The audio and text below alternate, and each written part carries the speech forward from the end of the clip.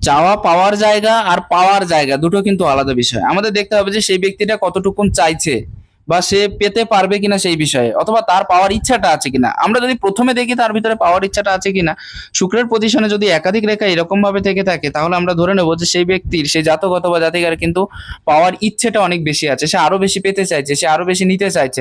কিন্তু যখনই আমরা দেখবো যে এই রেখার উপরে অত্যাধিক ক্রস সাইন হয়ে আছে, তার চাওয়া পাওয়ার উপরেও কিন্তু কিছু কিছু বাধা আসবে, অর্থাৎ তার খরচাটা বেশি হয়ে যাবে।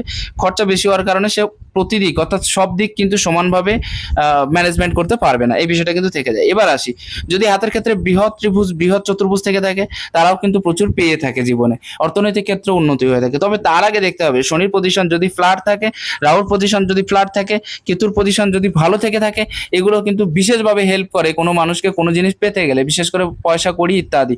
তো সেক্ষেত্রে যদি কোনো হাতের এই তিনটে গ্রহ সমানভাবে ফ্ল্যাট হয়ে আছে, বিশেষভাবে নিচস্থ না, বিশেষভাবে উচ্চস্থও না, সেক্ষেত্রে কিন্তু তাদের প্রচুর পেতে আমি দেখেছি। এবং এর সাথে সাথে যদি রাহুর ক্ষেত্রে বিশেষ কোনো চিহ্ন থেকে থাকে, কেতুর ক্ষেত্রেও বিশেষ কোনো চিহ্ন থেকে থাকে, চতুর্ভুজ সাইন হয়ে গেল, ত্রিভুজ সাইন হয়ে গেল, এই সমস্ত বিষয়, এমনকি স্টার সাইনও কিছুটা হলেও ভালো রেজাল্ট দেয়।